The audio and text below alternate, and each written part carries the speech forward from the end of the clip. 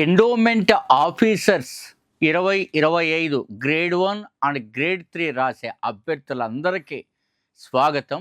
ఇది అత్యంత ఉపయోగకరమైన వీడియో. గత ప్రశ్నాపత్రం విశ్లేషణ.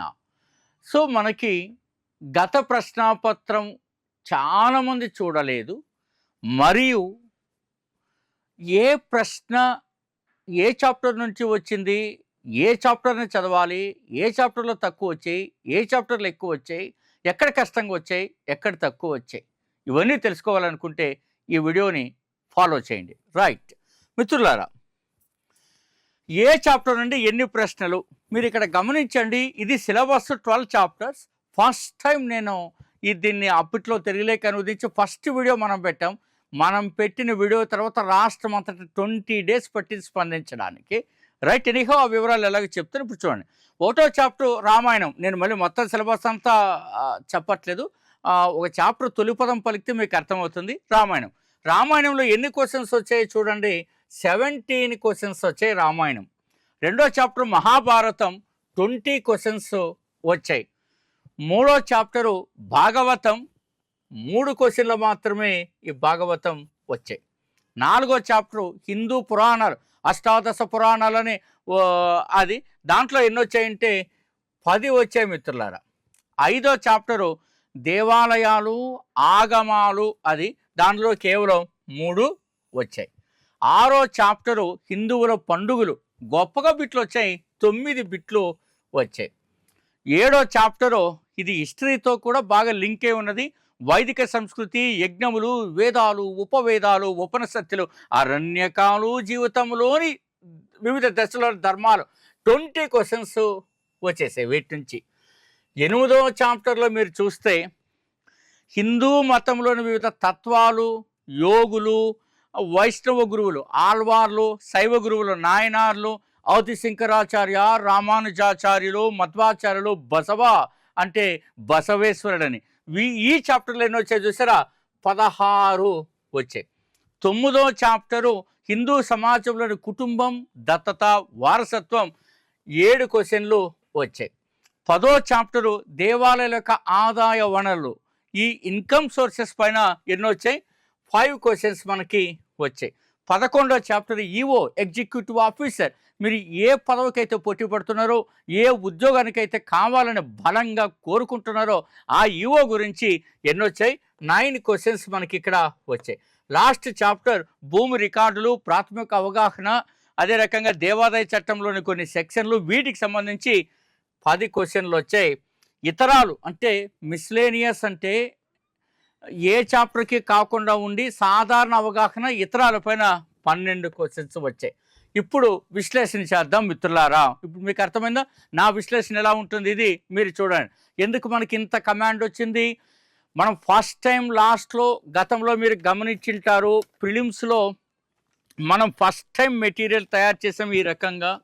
డాక్టర్ కట్టమూరి చంద్రశేఖరం గారు వారి మిత్ర బృందం ఆధ్వర్యంలో రూపొందించబడినటువంటి అద్భుతమైనటువంటివి ఈ పుస్తకాల నుంచి మీకు టెస్ట్ సిరీస్ శ్రేణి అందించబడుతుంది.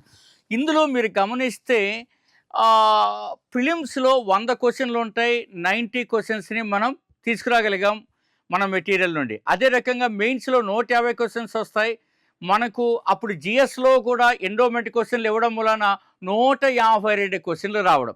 ఇంత రికార్డు మనం సాధించి ఉన్నాం. కాబట్టి మిత్రులారా, ఈ కోర్సులో జాయిన్ అవ్వాలనుకున్న వాళ్ళు, విశ్లేషణ ఇంకా మంచి విశ్లేషణ చేస్తాను. ఇక డెమో పీడిఎఫ్ అండ్ టెస్ట్ ఉంది. 8074940030కి ఈ పీడిఎఫ్ అండ్ టెస్ట్ కోసం రిక్వెస్ట్ పెట్టండి. అద్భుతమైనటువంటి పీడిఎఫ్స్ పెడతారు. దాని ఆధారంగా మీ ప్రిపరేషన్ కొనసాగించాలా. అద్భుతమైనటువంటి test series and super mentorship, India's first of it's kind super mentorship. ఈ సూపర్ మెంటార్షిప్లో ఉన్నటువంటి ఫీచర్స్ మీరు ఎక్కడా కూడా చూసి ఉండరు. కారణం ఏంటంటే ఇది మన మానస పుత్రిక, మన మెదడు నుంచి రూపుదిద్దుకున్న ఒక అద్భుతమైన ఫీచర్. ఎక్కడ బిట్ వస్తుంది, ఎక్కడ రాదు, ఎందుకు వస్తుంది, ఎందుకు రావట్లేదు అనేటువంటి విశ్లేషణ. ప్రతి పరీక్షకు ఒక బిట్టు రావడానికి లెక్క ఉంటుంది. ఆ లెక్కలను సరిచేసే ప్రోగ్రామే సూపర్ మెంటార్షిప్.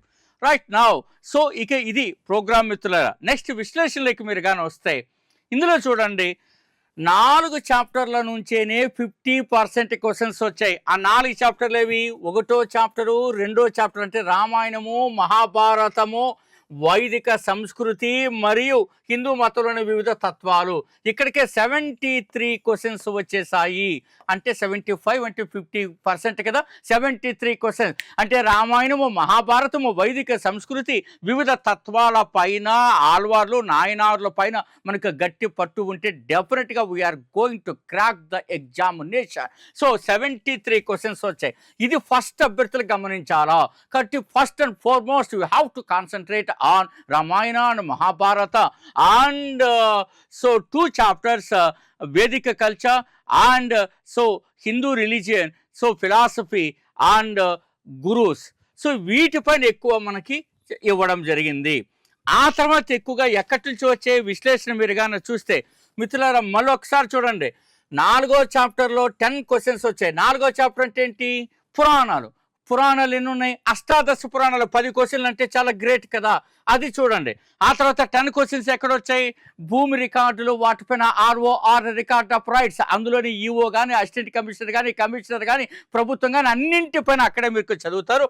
అక్కడ మనకి ఈ 2 చాప్టర్లు కలిసి 4, 12 కలిసి మళ్ళీ మనకు మనకి 20 మార్క్స్ అందించారు. అంటే ఇక్కడికి కలిపితే 93 మార్క్స్ వచ్చాయి.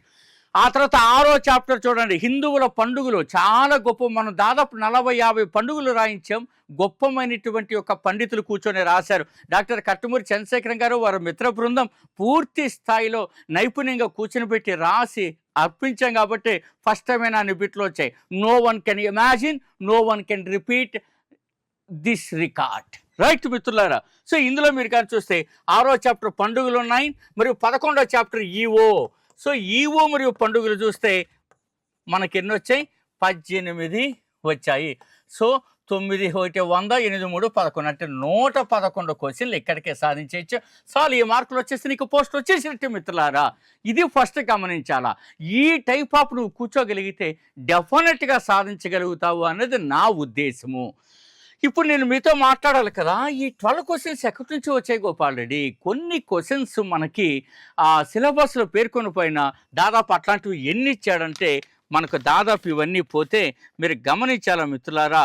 సో మనకి 111 క్వశ్చన్లు ఇవన్నీ పోయి మళ్ళీ ఇంకా మనకి మిగతావి కూడా పోతే 24 క్వశ్చన్లు ఇతరాలు ఎన్ని వచ్చాయి? 24 క్వశ్చన్స్.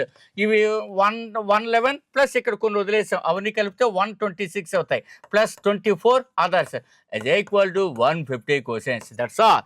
ఈ 24 క్వశ్చన్లు మీకు ఎక్కడ పుస్తకాల్లో ఉండవు, కనిపించవు. నీకు సెన్స్ ఉండాలా, చాలా ప్రత్యేకమైన దృష్టి ఉండాలి. ఆ దృష్టి ఉంటే నువ్వు సాధించగలవు. అలాంటి క్వశ్చన్ చూడండి, నేను ప్రతిదీ విశ్లేషణ చేసుకొని రాసి డాక్టర్ కట్టుమూరి చంద్రశేఖరం గారితో చర్చించి ఇదంతా కూర్చొని 2 days పట్టింది.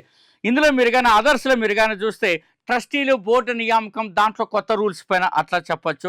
సెంట్రల్ అడాప్షన్ రిసోర్స్ అథారిటీ ఏ మంత్రిత్వ శాఖ పరిధిలోకి వచ్చిందని చెప్పచ్చు. అలాగే ధార్మిక పరిషత్ నిర్వచనాలు, ఇట్లా ఇవి దీంట్లోకి వచ్చాయి మిత్రులారా. సో ఈ రకంగా మీరు చేయగలిగితే డెఫినెట్గా ఈసారి మనం గ్రేడ్ 1 అండ్ గ్రేడ్ 3 మీరు క్రాక్ చేయగలుగుతారు. ఈ అనాలిసిస్ నీ దగ్గర ఉండాలా. ఈ అనాలిసిస్ కావాలన్నా, భవిష్యత్తులో బిట్లు వచ్చేటువంటి యొక్క గొప్పమైనటువంటి సబ్జెక్ట్ కావాలన్నా మీకు ఇందాకే నేను చెప్పినట్టుగా ఇక్కడ ఇచ్చినటువంటి వాటిలో వాట్సాప్కి రిక్వెస్ట్ పెట్టండి. అద్భుతాలు మీరు చేయగలుగుతారు. అంతేకాకుండా మరొక అద్భుతం గురించి నేను ఒక్క సెకండ్ మీతో మాట్లాడదలుచుకున్న మిత్రులారా. భారతదేశంలో ఉన్న 28 రాష్ట్రాలు, 28 రాష్ట్రాలకు 9 రకాల సబ్జెక్టులు కలుపుతూ తయారు చేసిన ఈ పుస్తకం 2024 అంతా సంచలనాలు సృష్టిస్తూనే వచ్చిందని అనేక బిట్లు ఇందులో వచ్చాయి. సింపుల్గా కూడా మీరు కనుక గమనిస్తే మంచివన్నీ కూడా ఇందులో మనకు వచ్చాయి, ఇందులో మీకు కనపడుతుంటాయి. సో ఇందులో ఇక్కడ రాసిన చోటు 26 క్వశ్చన్లు ఈ పుస్తకం నుంచి మనకు కనిపించాయి. 26 నెంబర్ కనపడుతుందా? ఇది మీరు గమనించాల్సినటువంటి అంశం మిత్రులారా. So now come to the point. So ఇట్లా చేయాలా. ఇప్పుడు జమ్మూ అండ్ కాశ్మీర్ కేంద్రపాలిత ప్రాంతం వచ్చి మీరు ఏమేమి చూసుకోవాలా? ఊరికే సింధు నది ట్రీటీ మరియు సిమ్లా ఒప్పందం చూసుకుంటే కుదరదు. సంవిలీన ఒప్పందం చూసుకోవాలా.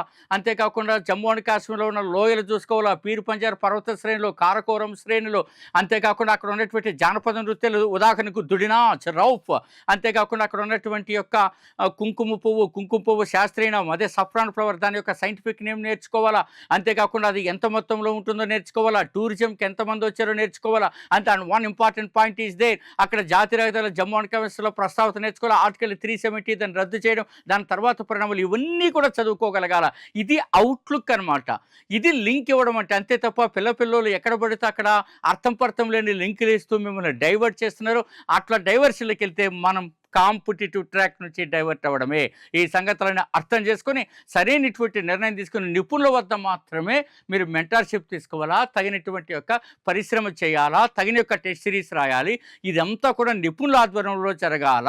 ఎవరు పడితే వాళ్ళు చేసేటువంటి కార్యక్రమాలు ఇవి కాదు.